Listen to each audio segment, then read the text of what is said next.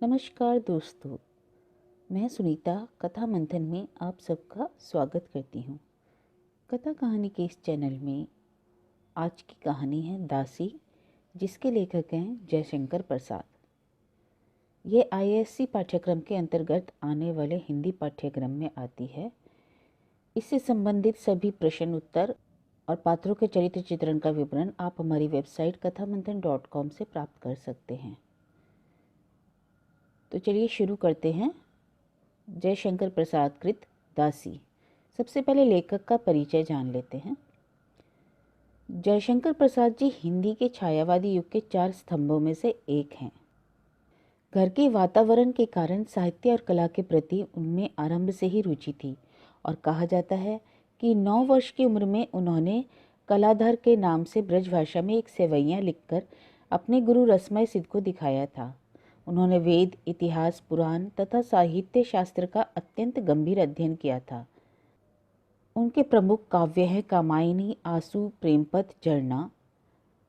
प्रसिद्ध उपन्यास कंकाल, तितली, इरावती हैं, जिसमें से कि इरावती अधूरा है। उनकी प्रसिद्ध कहानी संग्रह है छाया, प्रतिध्वनि, आकाशदीप। कहते हैं कि आधुनिक ढंग की कहानियों के आरंभकर्ता जयशंकर प्रसाद जी ही हैं।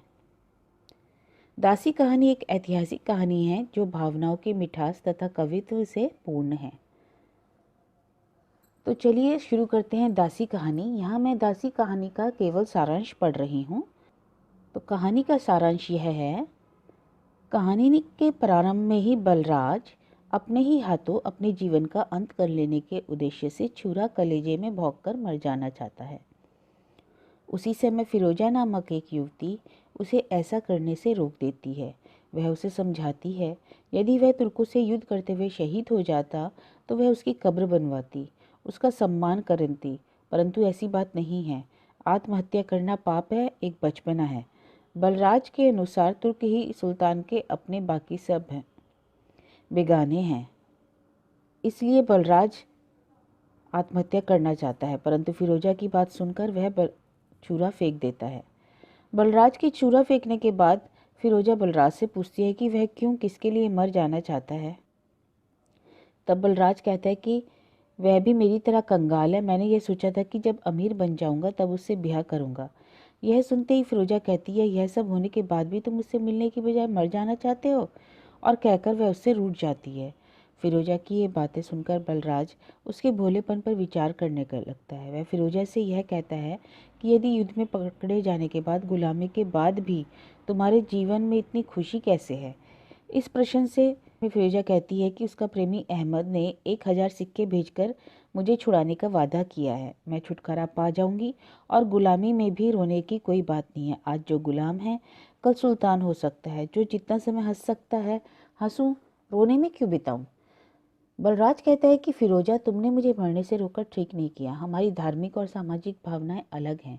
लेकिन फिरोजा यह सुनकर भी बलराज से कहती है कि हिंदुस्तान जाने पर किसी झोपड़ी में ही जीवन बिता लेना, कुछ भी हो, लेकिन मैं तुम्हें मरने नहीं देना चाहती। मेरे पास राजा के दिए 5 दिरहम हैं, इन्हें लेते जाओ, उसे जाकर भेंट कर देना। बलराज को मुद्राएं देकर फिरोजा झाड़ियों में चली जाती है। फिरोजा के जाने के बाद राजा साहब आकर के कहते हैं कि मैंने तुम्हारी सारी बातें सुन ली है बलराज, मेरा मन विचलित हो रहा है। मैं भी तुमको हिंदुस्तान जाने की सलाह देता हूँ। राजा साहब कहते हैं कि मैं प्रतिकूल परिस्थितियों में चुप रहना ठीक समझता हूँ।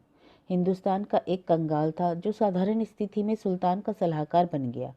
मैंने सुल्तान के दरबार में बनावटी गंभीरता, क्षणपूर्ण विनय आदि बहुत सी चीज़ें सीखी हैं, जिनसे मेरी छाती में हृदय यह भी संदेह होने लगा है अब मुझे। लेकिन आज मेरी स्वभाव की धारा का प्रवाह प्रबल हो गया है। राजा साहब बलराज को दूसरे विद्रोही गुलाम के साथ जाने के लिए कहते हुए बलराज के हाथों में एक थैली रखकर चले जाते हैं और बलराज चुपचाप वहां से चला जाता है। राजा तिलक सुल्तान महमूद का अत्यंत विश्वासपात्र हिंदू कर्मचारी था, जो प्रतिष्ठा दृढ़ रखने के कारण सुल्तान मसूद के शासनकाल में भी उपेक्षित नहीं था। लेकिन आज बलराज की बातों को सुनकर वह विचलित हो गया था। उन्होंने फिरोजा को बुलाकर पूछा कि तुम बिना डरे बताओ कि क्या तुम अहमद के पास हिंदुस्तान जाना चाहती हो। मैं तुम्हें बिना किसी शर्त के भेजना चाहता हूँ। जिसे सुनकर फिरोजा आश्चर्यचकित हो जाती है। राजा तिलक फिरोजा से कहता है कि तुम्हें जाकर अहमद को समझाना है कि वह लूट मार ना करे, मैं मालगुजारी का अधिकार उसे भी दिला दूंगा। फिरोजा, शायद इन कामों के लिए सुल्तान मुझे भेजना चाहते हैं, लेकिन मैं हिंदुस्तान नहीं जाना चाहती। मेरी एक बहन इरावती थी जो पता नहीं किस हाल में होगी। मैं अपनी जन्मभूमि और उसके दुख दर्द को भूल गया हूँ। मैं वहाँ जाकर पागल हो जाऊंगा, अपनी बहन को क्या मुंह दिखलाऊंगा। राज तिलक की इन बातों को सुनकर फिरोजा कहती है कि मैं इरावती को ढूंढ निकालूंगी, आपके इस दुख को मैं भी समझ ना सकी। राज तिलक फिरोजा से गीत गाने के लिए कहता है तो फिरोजा उसे गीत सुनाती है। बलराज मंदिर के खंभों में धक्के खाते हुए घूम रहा था। यह सोच रहा था कि यदि उसे इरावती को एक बार देख लेता तो वह सोच रहा है कि उसकी क्या स्थिति होगी। तभी गर्भगृह के द्वारपाल उसे देखते हैं। अचानक ही उसका मन देव के सम्मान में झुक जाता है। वह कहता है कि मैंने अपने जीवन में कोई पाप नहीं किया, एक बार मुझ पर कृपा करो, मुझे अपनी प्रेम प्रतिका इरावती का दर्शन करा दो। प्रार्थना करने के बाद जब बलराज ने सिर उठाया तो उसे किसी के अपने पास से खिसकने का एहसास हुआ। बलराज उसके पीछे जाता है, संदिग्ध स्वर में उसे बुलाया और आलिंगन करने के लिए दौड़ा, लेकिन इरावती उसे रोक देती है। कहती है, बलराज, तुम मेरी रक्षा नहीं कर सके, अब मैं कलंकित हो गई हूँ, अब मैं तुम्हारे स्नेह के योग्य नहीं रही।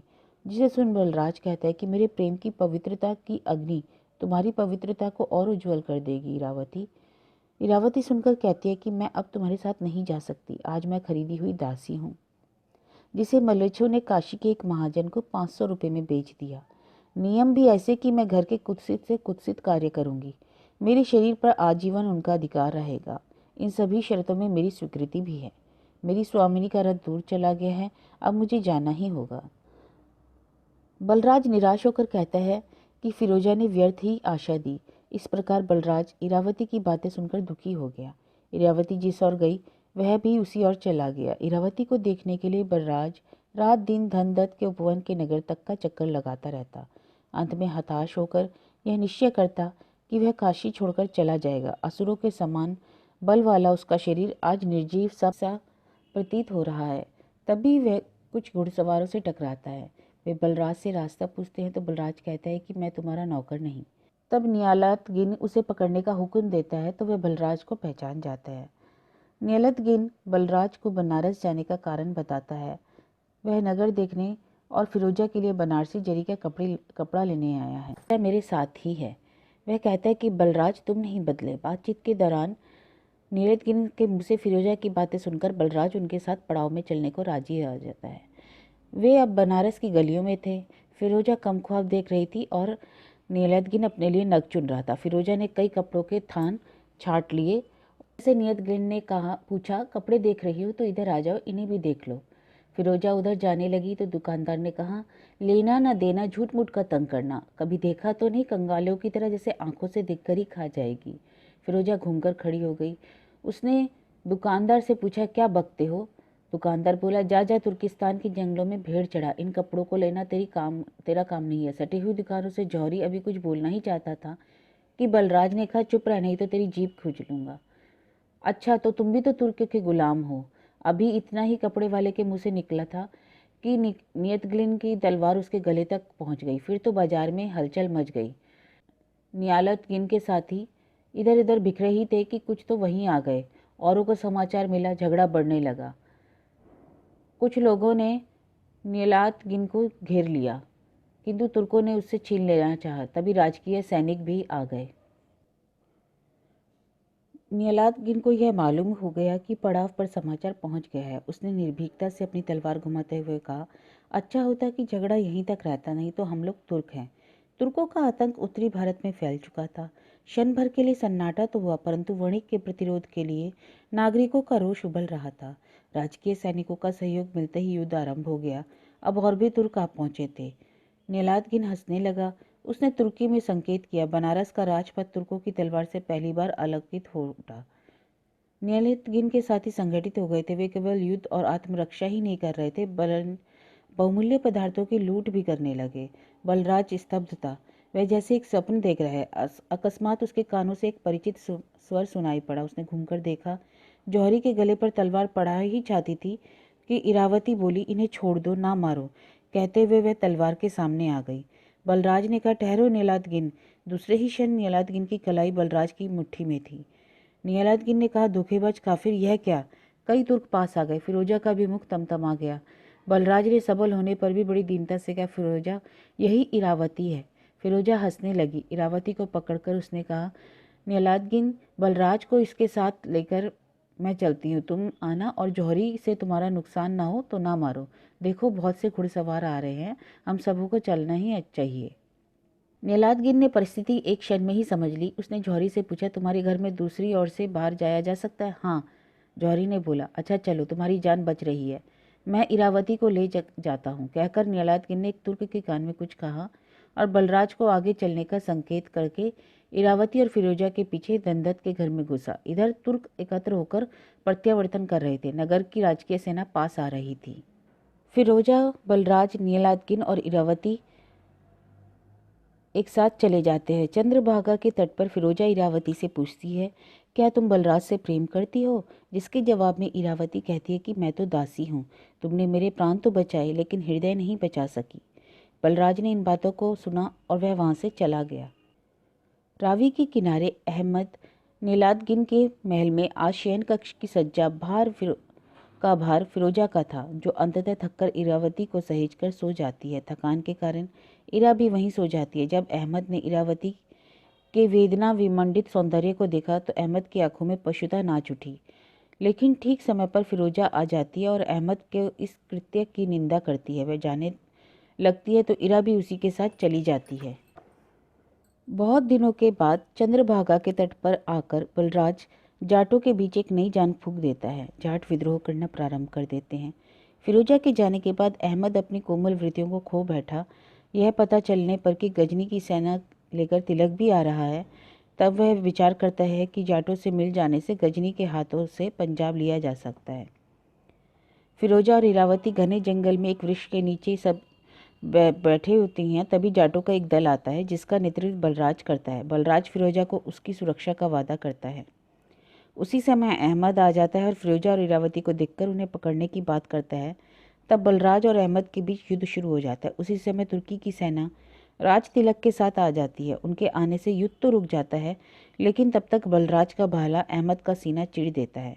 बलराज भी घायल हो जाता है। फिरोजा अहमद का सिर गोद में लिए हुए है और इरा बलराज का सिर गोद में लिए हुए है। तिलक का यह दृश्य देखकर विस्मित हो जाता है। बलराज और इरा के संवाद से तिलक को यह पता चलता है कि यह इरा उसकी बहन है, और इस प्रकार अंत में तिलक वर्षों बाद अपनी बहन इरा से मिला। बलराज चेनाब प्रांत के जाटों का सरदार बन जाता है और इरा वहाँ की रानी। वही फिरोजा की प्रेमी रूपी प्रसन्नता अहमद की समाधि बन गई है, और फिरोजा उस समाधि की दासी बनकर आजीवन उसकी देखभाल करती रही। तो यह था दासी कहानी का सारांश रही हूँ, जिससे आपको दासी कहानी समझने में और भी सहायता मिलेगी। दासी कहानी में कहानीकार का उद्देश्य क्या है, या वह इस कहानी से क्या संदेश देना चाहते हैं। दासी कहानी में कहानीकार ने अपने चरित्रों द्वारा तत्कालीन समाज में व्याप्त दास प्रथा अथवा गुलामी की समस्या को दिखाया है। इसके साथ ही कहानीकार ने कहानी की घटनाओं से पाठकों की दास प्रथा के वातावरण की अनुभूति कराने का भी प्रयास किया है। इस कहानी में पात्रों के मनोवैज्ञानिक चित्रों के माध्यम से उनकी मनोस्थिति को पाठकों के समक्ष रखा है, जिसमें बलराज की मानसिक स्थिति निराश और हताश प्रेमी की है, जिसके जीवन का कोई मोल नहीं है और वह आत्महत्या करना चाहता है। वहीं दूसरी ओर फिरोजा एक ऐसी गुलाम है जो गुलाम होते हुए भी जीवन के प्रति आशान्वित है। उसका विचार है कि जितने देर खुश रहा जा सके तो खुश रहना चाहिए। राज तिलक की मनोस्थिति को ही देख लें तो उसकी मनोवृत्तियां में भयानक हलचल है। वह यह भी सोचने लगता है कि जीवन कितना बनावटी और छल कपट से भरा है। प्रसाद जी की दासी कहानी भी एक भावना प्रधान कहानी है। इस कहानी के माध्यम से कहानीकार ने एक ऐतिहासिक आदर्शवाद को प्रस्तुत करने का प्रयास किया है। कहानी के द्वारा प्रसाद जी संदेश भी देना चाहते हैं कि जहाँ दास प्रथा व गुलामी जैसी समस्याएं थीं, वहीं बलराज का फिरोजा के सम्मान की रक्षा करने की प्रतिज्ञा उस समाज में आशा की किरण थी जो नारी के सम्मान से बढ़कर कुछ भी नहीं। इस संदेश से यह स्पष्ट हो जाता है कि भारत अस्थिर भले रहा हो, पर महान तब भी था। अंत में कहा जा सकता है कि दासी कहानी में प्रसाद जी का उद्देश्य बड़ा ही व्यापक है, जो सामाजिक विसंगतियों, ऐतिहासिक आदर्शों, मानव जीवन के संघर्ष की प्रतिभूति कराकर समाज को एक नया संदेश देता है। प्रश्न 2, दासी कहानी के आधार पर जयशंकर प्रसाद जी की भाषागत विशेषताओं का उल्लेख कीजिए। उत्तर, प्रस्तुत कहानी भाषा की दृष्टि से एक समृद्ध कहानी है। प्रसाद जी अपनी इस कहानी में सरल और क्लिष्ट दोनों प्रकार की भाषाओं का प्रयोग किया है। प्रसाद जी के शब्दों का चयन भावों के अनुकूल है। दासी कहानी के आधार पर प्रसाद जी की प्रमुख भाषागत विशेषताएं निम्न हैं। पात्र अनुकूल भाषा। प्रसाद जी ने दासी कहानी में पात्रों के चरित्र को ध्यान में रखकर भाषा का प्रयोग किया है, जो उनके चरित्र का चित्र के साथ उपस्थित कर देता है। फिरोजा का परिचय प्रसाद जी ने इस प्रकार से दिया है। अल्लड़पन, चंचलता और हंसी से बनी हुई तुर्क बाला। संस्कृत निष्ठ हिंदी। कहानी में प्रसाद जी ने अधिकतर संस्कृत शब्दों का प्रयोग किया है, लेकिन उनकी भाषा में संस्कृत शब्दों का यह प्रयोग प्रवाहमयता के अनुकूल है। उदाहरण, राज तिलक हिंदुस्तान ने जाने की विवशता इस प्रकार प्रकट करता है, चिर निर्वासित विस्तृत अपराधी। काव्यात्मकता। प्रसाद जी की भाषा की एक महत्वपूर्ण विशेषता यह है कि वे कहानी को काव्य के रूप में प्रकट करते हैं। जैसे अहमद ने वरुणी विलसित नेत्रों से देखा उस रूप माधुरी को जिसमें स्वाभाविकता थी, बनावट नहीं। नाटकीयता। प्रसाद जी के नाटक का अर्थ है जिसका झलक दासी कहानी से सदैव प्रकट होता है। दासी कहानी में इरावती और फिरोजा द्वारा सरल और संक्षिप्त संवादों का प्रयोग कहानीकार की भाषा की नाटकीयता का प्रकट करता है। बलराज, मैं तुमको प्यार करती हूँ। मैं नहीं जानती, आकस्मिक उत्तर मिला। कहानी में मुहावरों और लोकोक्तियों का भी बहुत प्रयोग हुआ है। दासी कहानी की भाषा को भावरूप बनाने में प्रसाद जी ने इसका बहुत ही सुंदर संयोजन किया है। जैसे, जिस दुख में मनुष्य छाती फाड़कर चिल्लाने लगता है, सिर पीटने लगता है, वैसी ही प्रतिकूल परिस्थितियों में भी केवल सिर नीचा कर चुप रहना मैं अच्छा समझता हूँ। इस प्रकार प्रसाद जी की भाषा में यही नहीं अनेक विशेषताएं परिलक्षित होती हैं जो कहानीकार की भाषिक दक्षता को प्रकट करती हैं। प्रश्न 3, कहानी के अंत में बलराज, इरावती और फिरोजा के साथ कौन सी घटना होती है? उत्तर, कहानी के अंत में जब अहमद इरावती के साथ दुर्व्यवहार करता है तब फिरोजा इरावती को साथ लेकर निकल पड़ती है। वे दोनों जंगल में एक वृक्ष के नीचे आराम करती रहती हैं। तभी कुछ जाट घुड़सवार आते हैं जिसका नेतृत्व बलराज करता है। वह फिरोजा को उसकी रक्षा का आश्वासन देता है कि तभी अहमद आ जाता है। फिरोजा और इरा को देखते ही वह ललकारता है कि पकड़ लो इन औरतों को। इसी के साथ ही युद्ध प्रारंभ हो जाता है। बलराज का भाला अहमद की छाती से पार हो जाता है। उसी समय तिलक भी सेना लेकर आ जाता है। सबके अस्त्र तो रुक जाते हैं, लेकिन अहमद के प्राणों को ना रोका जा सका। फिरोजा अहमद का सिर गोद में रख कर रोती है। वहीं दूसरी ओर घायल बलराज इरावती की गोद में है। इरावती उसे पानी पिलाती है, जिसके बाद बलराज ने कहा कि मैं अब ना मरूंगा। इरा का नाम सुनते ही तिलक विस्मित हो जाता है। इस प्रकार अंत में भाई बहन का भी मेल हो जाता है। कहानी के अंत में बलराज जाटों का सरदार बन जाता है और इरावती उसकी रानी। किंतु फिरोजा की प्रसन्नता अर्थात अहमद की समाधि वहीं बना दी जाती है। अपने सच्चे प्रेम का निर्वाह करती हुई फिरोजा आजीवन दासी की तरह उस समाधि की देखभाल करती है। कहानी की अंतिम घटना ही सर्वाधिक प्रभावित करती है, जिससे एक ही क्षण में दृश्य परिवर्तित हो जाता है। अहमद की मृत्यु, तिलक का अपनी बहन से मिलना और इरा और बलराज का मिलना, ये सभी घटनाएं एक साथ होती हैं जो कहानी को एक पूर्ण रूप अंतिम पड़ाव की ओर ले जाती हैं।